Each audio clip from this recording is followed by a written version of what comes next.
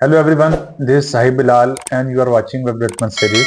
Today is our 18th lecture of CSS. Today is our 18th lecture of CSS. So let's start our topic. कि जिस तरह हमने previous lecture के अंदर एक इमेज गैलरी क्रिएट की थी कि हम इमेज को आपने डिफरेंट तरीके से उसकी बॉर्डर रेडियस ऐड किया था और उसके बाद उसके पेरेंट की जो एलिमेंट था डिव एलिमेंट था उसके अंदर आपने उसको बॉर्डर ऐड किया था, देन बॉर्डर रेडियस दिया था, आपने मार्जिन पैडिंग के थ्रू, फिर उसके बाद फ्लोट लेफ्ट के थ्रू उसको अलाइन किया था और उसके साथ हमने फ्लोट लेफ्ट के साथ हमने एक न्यू प्रॉपर्टी भी सीख ली थी कि उसकी जो वैल्यू है कि आपने अगर सारे एलिमेंट्स को फ्लोट लेफ्ट दिया हुआ है तो उसके साथ अगर वो एलिमेंट्स, जाहिर बात है इसको अगर हमें फ्लोट लेफ्ट या फ्लोट राइट दिया हुआ है तो उसके बाद वो जो नेक्स्ट एलिमेंट्स होंगे अगर उन्होंने प्रीवियस को आपने क्लियर नहीं किया तो वो आपको जाहिर बात है वो उनको कंटेंट्स के पीछे या वो चीजें खराब होना शुरू हो जाएंगी। तो उसके लिए हमने क्लियर बोथ की एक प्रॉपर्टी पढ़ी थी। ठीक है, तो आज हम स्टार्ट कर रहे हैं अपना लेक्चर फॉर्म्स के साथ कि हमें फॉर्म्स डिजाइन करने पड़ सकते हैं। ठीक है, तो इसमें चीजें यही हैं कि हमारी जो चीजें हैं वो बार बार रिपीट होंगी। एज लाइक आपने इनपुट्स पढ़ी थी, इमेजेस पढ़ी थी, तो हमने गैदर कर दिया। लास्ट लेक्चर्स के अंदर आपने इनपुट्स पढ़ी थी, तो आज हम इसके फॉर्म क्रिएट करेंगे। उसके बाद हम थोड़ी सी उसकी स्टाइलिंग करके देखेंगे कि इसको हम कैसे बेहतर तौर पर देख सकते हैं। एज लाइक उसकी width, height, padding, margin, background colour वगैरह, मतलब यही चीजें हमने ऐड करनी है। और आपसे मेरी रिक्वेस्ट ये है कि आप साथ साथ में प्रैक्टिस करते रहें। ठीक है, क्यों? क्योंकि ये जो चीजें हैं ये बार बार रिपीट हो रही हैं। अब रिपीटेशन के साथ ही आप अगर प्रैक्टिस करते रहेंगे तो आपको चीजें याद होती रहेंगी। वैसे अलग से रट्टा लगाने की कोई जरूरत नहीं है। अगर आपको कोई प्रॉपर्टी भूल जाती है, कोई टैग का नाम भूल जाता है, तो आप सिंपल गूगल करके सर्च कर सकते हैं, गूगल करके रिजल्ट्स देख सकते हैं। तो मैं सिंपल यहाँ पे फॉर्म क्रिएट कर रहा हूँ। ठीक है, उसके बाद मैं यहाँ पे सिंपल एक डिव सेक्शन देता हूँ उसका, या सॉरी मैं डिव्स खत्म, मैं जस्ट इनपुट्स के साथ खेलता हूँ आज। इनपुट टाइप टेक्स्ट, और इसके साथ हम अपनी चीजें रिपीट करेंगे कि एज लाइक जिस तरह हमने प्रीवियस आपने पढ़ा है कि हम एट्रीब्यूट के साथ कैसे स्टाइल दे सकते हैं, तो वो भी हम चीज देखेंगे। हम आपने ये चीज पढ़ी हुई है, हमने इनपुट टाइप टेक्स्ट के साथ ऑलरेडी स्टाइल दिया होगा, तो आज हम इसको रिपीट भी कर लेंगे। ठीक है, तो दिस इज पासवर्ड, देन पीसीएजी हमारे पास इनपुट टाइप, सबमिट ही है हमारे पास बटन की फील्ड। अब हम सबसे पहले इसकी आउटपुट देखते हैं। अब हम इसकी आउटपुट देखते हैं तो आउटपुट के अंदर सिंपल ये है कि हमारे पास ये एलिमेंट्स शो हो रहे हैं, इनकी कोई हायरार्की नहीं है, कोई विड्थ हाइट स्पेसिफिक नहीं है, कोई बॉर्डर्स, कोई कलर कॉम्बिनेशंस नहीं है। तो अब चीज हमें ये अच्छी नहीं लग रही है। ना ही क्लाइंट हमें ऐसे कहेगा यदि हमें सिर्फ ऐसा कोई कोड करके दे दे। तो उसके लिए कि हम वन बाय वन टैग्स को कॉल करते हैं। ठीक है, तो सबसे पहले हम फॉर्म के टैग को कॉल करते हैं, जिसके लिए हमने बैकग्राउंड कलर ऐड करना है। बैकग्राउंड कलर ऐड करना तो हमने उसके साथ तो उसको प्रॉपर विड्थ देनी है। बैकग्राउंड कलर मैं इसको देता हूँ जी ब्लैक,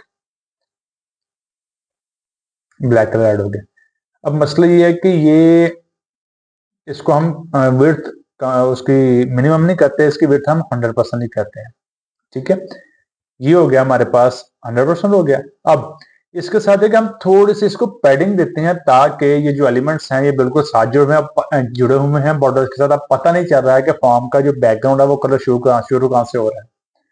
उसके लिए सिंपल ही है कि पैडिंग मैं देता हूं जी, padding 20 px, top bottom left and right. ये हमारे पास आ गया। ठीक है, अब नेक्स्ट ये है कि अब हम हमारी जरूरत है कि एक लाइन में एक इनपुट शो हो। ठीक है, तो उसके लिए ये है कि हम इसको डिस्प्ले ब्लॉक करके भी कर सकते हैं और उसके साथ फिर हमें विड्थ भी देनी पड़ेगी। तो उसके लिए ये है कि हम इसको विड्थ ही सिंपल देते हैं, हम दो प्रॉपर्टीज यूज नहीं करते हैं। हो सकता है कि हमें बाद में विड्थ कम करनी पड़े। तो मैं यहाँ पे सिंपल इनपुट का टैग कॉल करता हूँ,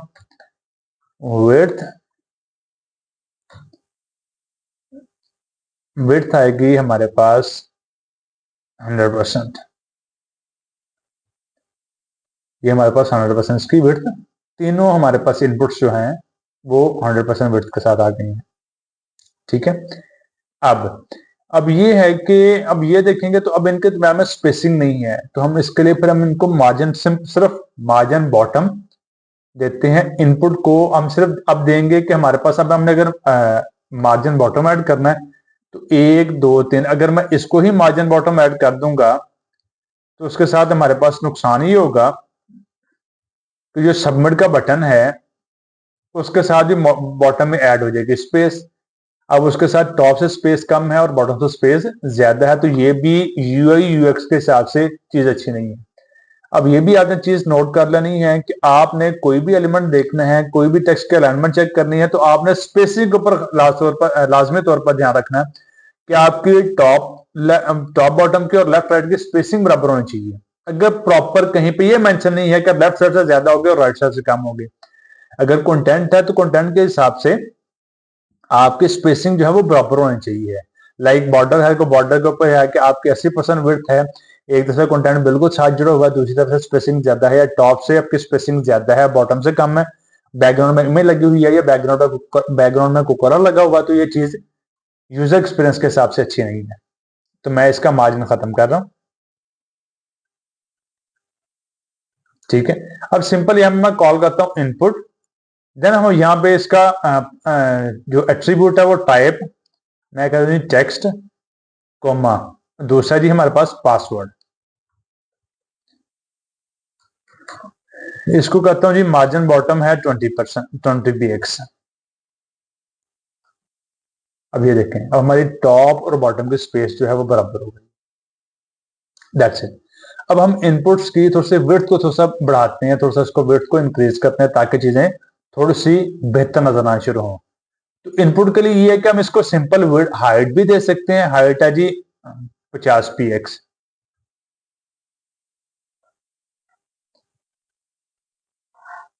ऐसे भी कर सकते हैं। ठीक है, या हम सिंपल इसको मैं हाइट खत्म कर रहा हूं, मैं इसको सिंपल करता हूं जी पैडिंग 0 and 0। मैंने जैसे इसकी हाइट इंक्रीज करनी है, मैं टॉप एंड बॉटम से इसकी स्पेस इंक्रीज करूंगा, इसकी हाइट इंक्रीज हो गई। ठीक है, अब ये कि मैं जब इसके ऊपर लिखता हूं तो लेफ्ट साइड से बिल्कुल साथ जुड़ा हुआ है, तो मैं इसको पैडिंग लेफ्ट भी ऐड करता हूं ताकि कंटेंट बिल्कुल बॉर्डर के साथ ना जुड़ा हो। तो मैं लेफ्ट एंड राइट दोनों ही मैं टोटली 10 px ऐड करता हूं, top bottom and left and right. ये हमारे पास आ गया है जी।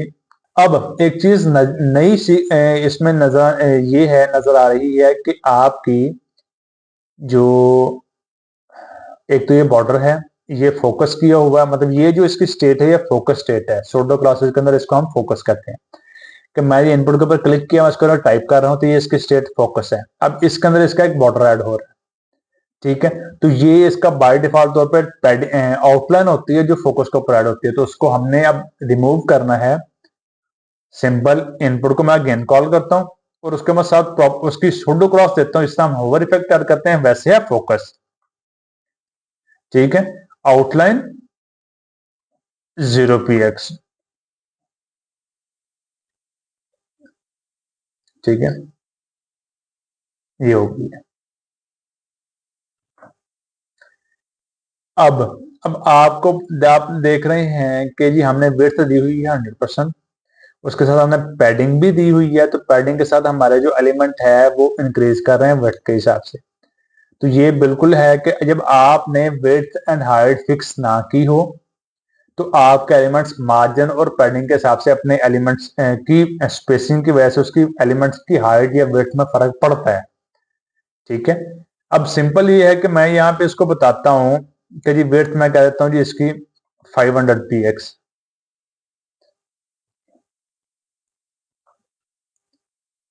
सिंपल मैंने बता दिया कि जी 500 px है इनपुट की। अब उसके बाद मैं उसको भी कह देता हूँ जी विड्थ फॉर्म को, विड्थ आ गई हमारे पास 550 px।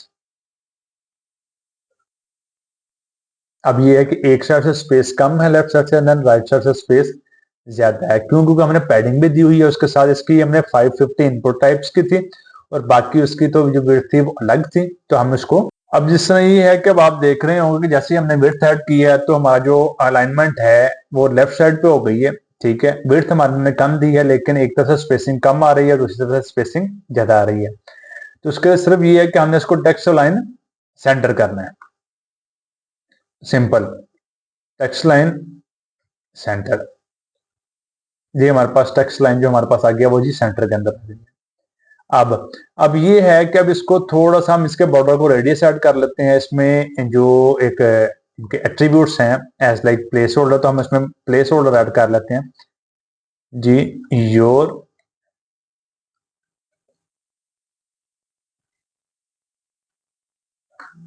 योर नेम हियर, ठीक है। देन नेक्स्ट हमारे पास आता है place holder your password here. ये सिंपल अब हमारे पास। अब इसको ही हम थोड़ा सा ज्यादा बेहतर करें। सिंपल ये है कि मैं यहाँ से इनपुट टाइप सबमिट खत्म कर रहा हूँ, ठीक है। मैं यहाँ पे एक नया एलिमेंट ऐड करता हूँ सिलेक्ट का, जिसके एज अ ड्रॉप डाउन जो आप शो करते हैं, तो उसके लिए है कि हमारा ऑप्शन नंबर 1 आ जाएगा पहले, सिलेक्ट कंट्री, पाक, इंडिया, CHIN चाइना,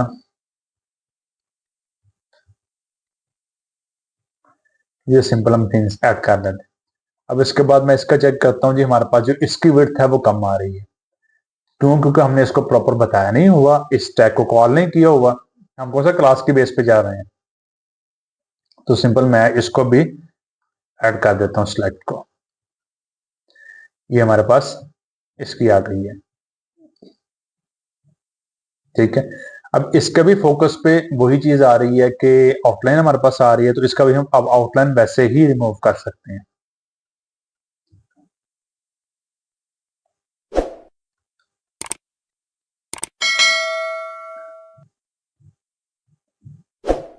वैसे ही आउटलाइन इसकी रिमूव हो गई है। अब इसकी ये कि हम बॉर्डर रेडियस भी ऐड, इनके बॉर्डर रेडियस भी हम ऐड कर सकते हैं, ताकि इनको चीजें थोड़ा सा बेहतर हम स्मूथ करते जाएं। बॉर्डर रेडियस 10 px, तो चीजें हमारी बेहतर हो रही। फिर उसके बाद ये है कि फोकस के ऊपर आपने इसका बैकग्राउंड का कलर चेंज करना है, तो वो भी हो सकता है। आपने अब इसके ऊपर इसका कोई और चीज ऐड करनी है, तो आप साथ साथ ऐड कर सकते हैं। अब इसके अंदर सिंपल ये है कि मैं ये करता हूं, मैं प्लेस होल्डर है, इनके ऊपर मैं एक लेबल ऐड करता हूं। लेबल के अंदर ही मैं इनपुट को ले जाता हूं, ठीक है। अब इसमें बताता हूं जी, पैराग्राफ के अंदर नहीं, पैराग्राफ नहीं, लेबल को मैं अलग ही लिखता हूं, नेम, इन दोनों टैग्स को कॉपी करता हूं, उनको मैं एक पेरेंट एलिमेंट के अंदर लेके जाता हूं।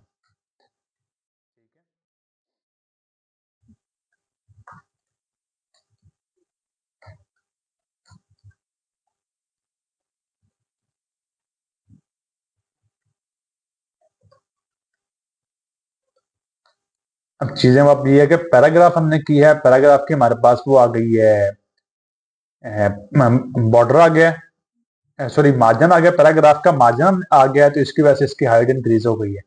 तो सिंपल हम यहाँ पे एक तो पी के टैग को कॉल करते हैं, सॉरी लेबल को, पैराग्राफ नहीं लेबल था हमारे पास। अब ये हमने एक डिव ऐड की है, डिव की अपनी मार्जिन स्पेसिंग अपनी अलग अलग है, विड्थ एंड हाइट इसके अलग है। उसके बाद लेबर की विड्थ अलग है, लेबल भी एक्स्ट्रा इन सेंटर किया था, वो सेंटर में चला गया। उसके बाद ये, क्योंकि इसको हमने मार्जिन बॉटम दिया हुआ है, जिसकी वजह से हमारे पास इसकी थोड़ी सी हाइट में इंक्रीज हुई है। क्यों? क्योंकि हमारे पास इसकी अलग अपना वेतन जो डिव है, ये ब्लॉक लेवल का एलिमेंट है, इसके अंदर अलग हमारे पास एलिमेंट, सॉरी इसका स्टाइल हमारे पास अलग है। तो ये इसकी थोड़ी सी आपको आउटपुट चेंज हो रही है। बैकग्राउंड कलर ब्लैक है, जिसकी वजह से टेक्स्ट कलर शो नहीं हो रहा, तो हम इसके अंदर सिंपल फॉर्म के आपको ऐड करते हैं, इसका जो सबका जो टेक्स्ट है वो कलर होगा जी व्हाइट होगा। अगर किसी और एलिमेंट का बाय डिफॉल्ट प्रॉपर्टी अप्लाई नहीं हो रही, तो ये कलर व्हाइट कर देगा, जैसा नेम आ गया और पासवर्ड आ गया। अब इस तरह मल्टीपल एलिमेंट्स ऐड करते जाएं और उसके बाद उसको डिजाइन करते जाएं, ठीक है। अब इसके बाद मैं सिंपल एक क्लास में बटन ऐड करता हूं,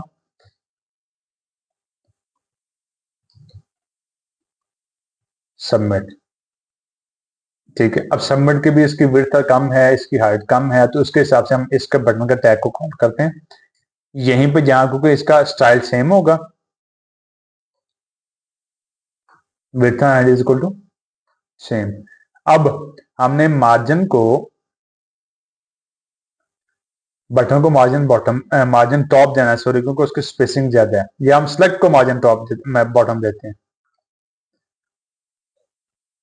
तो ये मार्जिन बॉटम आ गया। अब बटन का आपने बैकग्राउंड कलर चेंज करना है। बैकग्राउंड कलर है जी ग्रीन, कलर है व्हाइट, ठीक। इसमें हम पैडिंग थोड़ी सी टॉप एंड बॉटम से देते हैं ताकि इसकी इसकी हाइट इंक्रीज हो, 10 px 0। तो ये है जी हमारा, हम इस हिसाब से फॉर्म को अपने हिसाब से कुछ भी, किसी भी तरह का डिजाइन कर सकते हैं। ये मैंने एक जस्ट एक सैंपल आपको बनाया कि आप इस हिसाब से अपने प्रॉपर्टीज को वैसे अप्लाई कर सकते हैं। कोई नई चीज नहीं है इसके अंदर। Margin, padding, colour, background colour, width, that's it. कोई नई चीज नहीं पड़ी है हम, ठीक है। अब ये करते हैं कि जी हम इसके अंदर अब दो चीजें नहीं सीखते हैं। एक है जी हमारे पास, आपने किसी भी कंटेंट को अंदर आपने HTML के अंदर कोई चेंज नहीं करना है, लेकिन आप चाह रहे हैं कि इस टेक्स्ट के साथ कोई ना कोई, उससे पहले या उसके बाद में कोई ना कोई कंटेंट आपने ऐड करना है, ठीक है। तो वो कैसे करेंगे? अब सिंपल मैं लेबल को पकड़ता हूं, ठीक है। अब लेबल के साथ आपने कॉलन मिस कर दी है, ठीक है, कि यार ये जितने भी लेबल शो हो रहे हैं उनके साथ कॉलन इक्वल टू कोई भी साइन आना चाहिए, पहले या बाद में, ठीक है। तो उसके लिए सिंपल ये है कि हम यूज करते हैं आफ्टर एंड बिफोर की प्रॉपर्टी। लेबल, मैं कहता हूं जी आफ्टर। सबसे पहले हमने कंटेंट अप्लाई करना कि आपने अप्लाई करना क्या है, मतलब उसमें लिखना क्या है। मैं कहता हूं जी कंटेंट है हमारे पास सिंपल कॉलन डबल डॉट जो है, मैं कहता हूं जी ये आना चाहिए। अब चेक करते हैं, सिंपल डबल डॉट आ गया। अब अगर इसको हम बिफोर में कहते हैं तो ये बिफोर में डबल डॉट अप्लाई कर देगा। लाइक ये उसके बाद हम कह सकते हैं input, input name, input password, input आगे जो भी आपके सिनेरियो सारा चाहता है, तो इस हिसाब से आप इसको अंदर आफ्टर एंड बिफोर के अंदर, आफ्टर एंड बिफोर के अंदर कोई भी कंटेंट ऐड कर सकते हैं। ये बताने का मकसद ये है कि अब हमने जो अगली प्रॉपर्टी पढ़नी है, जो अपना टॉपिक डिस्कस करना है, उसके अंदर हमारे पास बिफोर एंड आफ्टर का कंटेंट यूज होना था, जिसकी वजह से हमें पता ही नहीं था होना है कि हमने उसका यूज क्या करना है। अब नेक्स्ट ये है कि अब हमारे पास डिफरेंट, हमारे पास एलिमेंट्स हैं, ब्लॉक लेवल के हैं या कुछ भी हैं, अब हमने इसको गिनना चाह रहे हैं, ठीक है। अब जैसे हमने इनपुट कॉलन किया, मैं कहता हूं जी input 1, input 2, input 3, input 4, input 5, मुझे इनको गिनना ना पड़े, यहाँ पे 1 2 3 ऑटोमेटिकली आनी चाहिए। तो 1 2 3 ऑटोमेटिकली ऐसे ही आती है कि आपने, जिस तरह मैंने आपको ये बताया है कि आपने आफ्टर एंड बिफोर कंटेंट कैसे ऐड करना है, इसको मैं अगेन आफ्टर पे शिफ्ट कर रहा हूं, आफ्टर, ठीक है। अब मैं इसको कंटेंट को कह रहा हूं जी कंटेंट हमारे पास जो आना चाहिए, कंटेंट हमने एक वेरिएबल का नाम दे दिया कि हमारे पास एक वेरिएबल है, उस वेरिएबल की वैल्यू क्या होनी चाहिए। मैंने कह दिया हमारे पास इनपुट है, लेट्स सपोज दैट हम इनपुट के ऊपर अप्लाई करना चाह रहे हैं, तो वेरिएबल हमारे पास आ गया जी इनपुट, ठीक है। नेक्स्ट हमारे पास आ गया है जी चीज के कंटेंट हमारे पास सिंपल हमने इनपुट अप्लाई कर लिया है, सॉरी सॉरी गलत हो गया। अब हम, मैं दोबारा इसको रिवाइज कर रहा हूं कि हम चाह रहे हैं कि इनपुट है, इनपुट के साथ हमें नंबरिंग चाहिए, 1 2 3 4 5। कंटेंट चाहिए या नहीं चाहिए, नंबरिंग चाहिए नहीं चाहिए, हमारी डिमांड हो सकती है। वो किसी भी सेक्शन के साथ हो सकती है, वो हेडिंग्स हैं, वो लिस्ट है, वो कुछ भी है, ठीक है, वो पैराग्राफ्स ही हैं। तो अगर हमारे पास नहीं है तो बजाय इसके कि हम उनको गिनना शुरू कर दें या हम उसके बाद HTML के अंदर जाकर अपडेट करें, तो सिंपल हम CSS के थ्रू भी उसके अंदर ऐड कर सकते हैं। तो उसके लिए सबसे पहले प्रॉपर्टी हमारे पास ये होती है काउंटर, काउंटर इंक्रीमेंट। हम कहते हैं जी इसको इनपुट, कि हमने जो इनपुट, हम इनपुट के अंदर वेरिएबल जो भी वैल्यू ऐड कर रहे हैं उसको आपने इंक्रीमेंट करना है। अब कंटेंट है, कंटेंट के अंदर हम बताते हैं जी, कंटेंट है जी हमारे पास, मैं कहता हूं फॉर एग्जांपल जी इनपुट, ठीक है। अब उसके बाद मैं इसको कहता हूं ये काउंटर है हमारे पास, ठीक है, इनपुट, ठीक है, सी, ये कॉलम आ गया हमारे पास। अब मैं लेबल को बाद में कहता हूँ जी हमारे पास ये रीसेट, अपने सबसे पहले इसकी हम आउटपुट चेक करते हैं। अब ये उसने कुछ भी शो नहीं किया। मैं चले पहले इसका नाम नेम चेंज कर देखते हैं।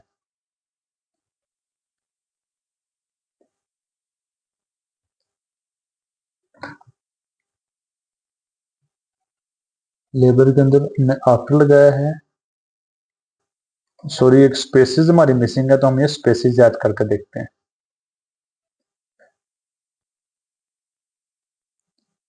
लेबल में नहीं आ रहा तो डिव में ट्राई करके देखते हैं।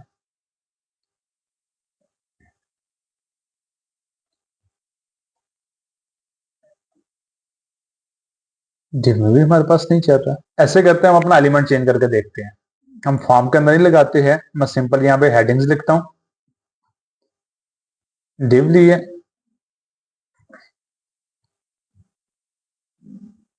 h1 heading 1 2 3 4 5, ये हेडिंग 1 2 3 4 5 आ गया हमारे पास। अब मैं सिंपल यहाँ पे कहता हूँ जी हमारे पास h1 है, ठीक है। h1 के आफ्टर में हमने काउंटर इंक्रीमेंट करना सबसे पहले, फिर उसके बाद कंटेंट ऐड करना है जी। सिंपल मैं कंटेंट कोई नहीं ऐड करता।